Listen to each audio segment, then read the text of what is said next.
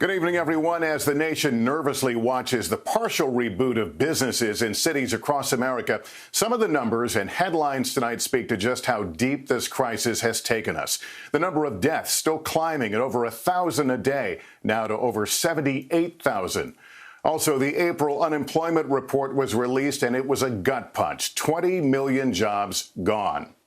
Now tonight, the president confirming a second White House insider has been diagnosed with coronavirus. All as the newest alarming wrinkle in our battle with this virus, that mystery syndrome affecting kids, turns deadly. And that's where we begin on this busy Friday. Here's Kristen Dahlgren. Tonight, the mysterious illness taking a tragic turn after a 5-year-old boy in New York died from the rare syndrome thought to be linked to COVID-19. Other deaths now under investigation, including a 7-year-old just north of the city. So caution to all people who, again, may have believed that their child couldn't be affected by COVID. New York is now reporting 73 cases of what is being called pediatric multisystem inflammatory syndrome. NBC News has found at least 8 other states, and Washington, D.C. have also seen the rare complication, marked by fever, rashes, red eyes, or upset stomach. Some children even go into cardiac arrest. Children's Hospital of Michigan sent out an alert to pediatricians after seeing more than a dozen cases.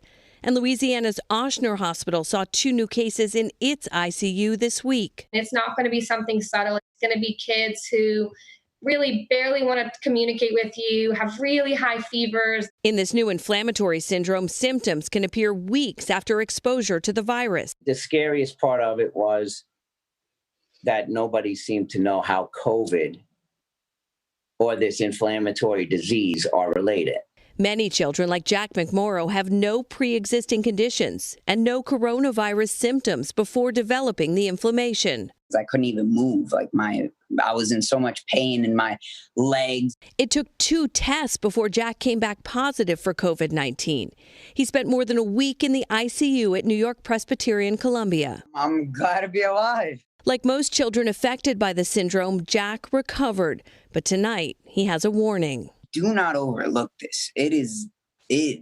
You will die. The mysterious illness is rare, but doctors still don't know which children might be at greatest risk. Kristen Dahlgren, NBC News, New York. And tonight, the virus is again hitting home at the White House, where 2 staffers have now tested positive. This time, it's the vice president's own press secretary, one of his closest aides. Peter Alexander has late details for us. Tonight, another case of coronavirus inside the White House, this time within Vice President Pence's inner circle. Pence's press secretary, Katie Miller, who's married to the president's top advisor, Stephen Miller, testing positive for the virus this morning after testing negative just yesterday. A White House official tells NBC News Miller was at the White House this morning and showed symptoms. President Trump today publicly revealing the news. She's a wonderful young woman. Katie, she tested very good for a long period of time, and then all of a sudden today she tested positive. She hasn't come into contact with me. She spent some time with the vice president. The revelation delaying Pence's departure to Iowa this morning as aides quickly traced Miller's recent contacts, with 6 staffers being removed from Air Force 2. A senior administration official says all 6 later tested negative and that Miller was not on the plane. A White House official says Miller was with the vice president just yesterday. It's part of her job to be right by his side.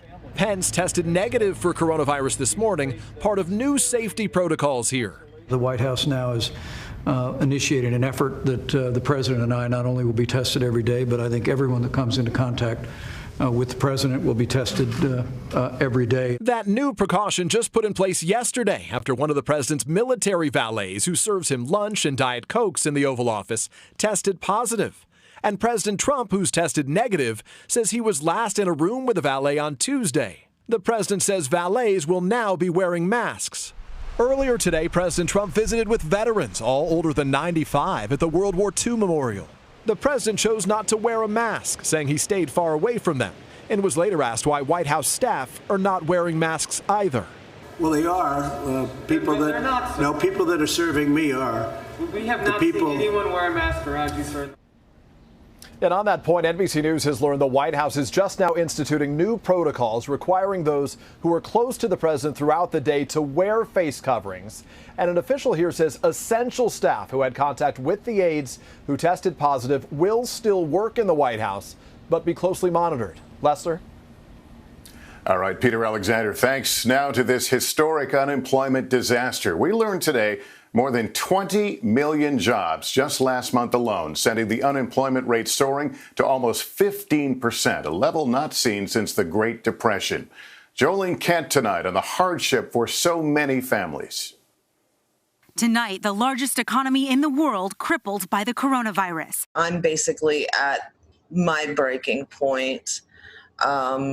Worried, nervous, scared. More than 20 million jobs vanished in April, the most ever on record, wiping out all jobs created since 2010. The unemployment rate soaring to 14.7%, the worst since the Great Depression, a far cry from 3.5% just 2 months ago, a 50-year low. Minority groups have been hit the hardest, with nearly 19% of Hispanic workers and almost 17% of Black workers unemployed. More than 15% of women are now jobless. 36-year-old executive assistant Stacey Davis was laid off in March and applied for unemployment, but her claim is still pending. It's becoming very, very frustrating, very alarming, and just very scary at this point that I'm not able to pay my bills. The hospitality industry is simply decimated. 7.7 million jobs evaporated in April, including more than 5 million at restaurants and bars. Isabella Rodriguez is enduring that pain. She was furloughed from her server job in Tucson, and she's terrified of going back to serving customers in a pandemic. It is frightening, especially because we can't imagine how people are going to efficiently socially distance. What we see now may underestimate reality. The Labor Department saying the real unemployment rate could be almost 5% higher than reported. So many people hope, and some people really believe, that the economy is going to bounce back soon. Is that true? No, what we're going to see is the economy move in fits and starts and really struggle to recover right through the end of this year. The White House expects the pain to persist, too. Economic advisor Kevin Hassett estimating the May unemployment rate could be as high as 20%, meaning there's no relief in sight for millions of workers who need it now. Jolene Kent, NBC News, Los Angeles. This is Gabe Gutierrez in Massapequa, New York, with a line of cars stretched around this shopping mall parking lot.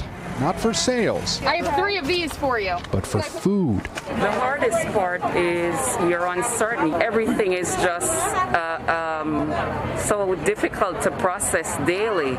You know, you don't know what's going to happen the next day. It's a bit of organized chaos. You see all those cars over there right now. They're driving here and being diverted into several lanes, and more than 100 volunteers are giving each car a bag of salad, yogurt, some milk, and some produce. As the unemployment numbers soar, so do the food bank lines across the country. From New York to Arkansas to Hawaii, anxiety up and down the food chain.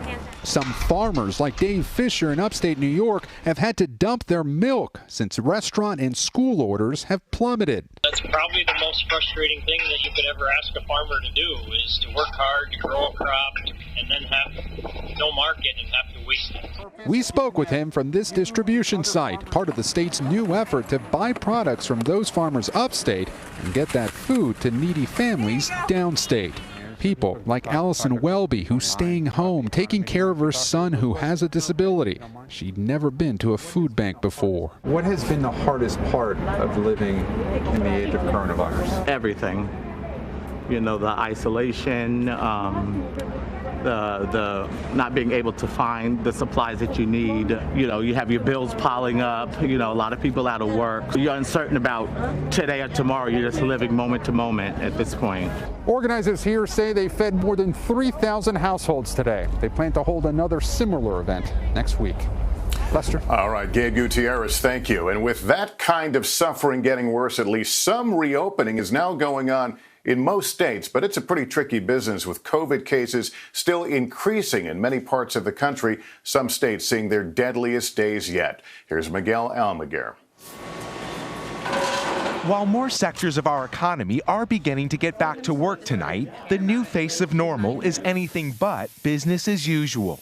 By this weekend, nearly every state in the country will ease some restrictions, but closed signs still blanket America. This is a gamble.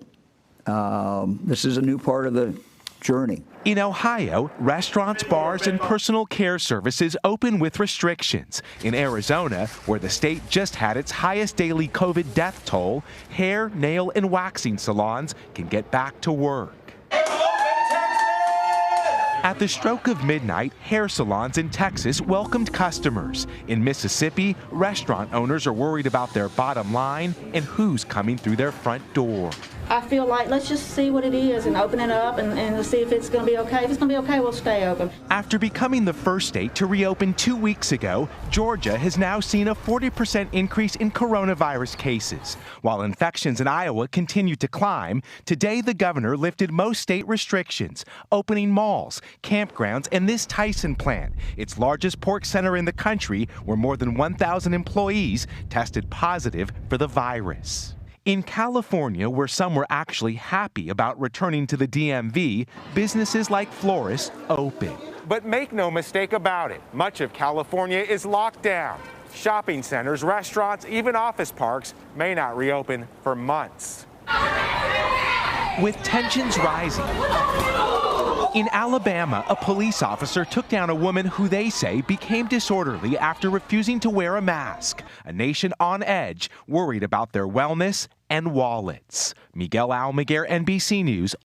Hey, NBC News viewers, thanks for checking out our YouTube channel. Subscribe by clicking on that button down here and click on any of the videos over here to watch the latest interviews, show highlights, and digital exclusives.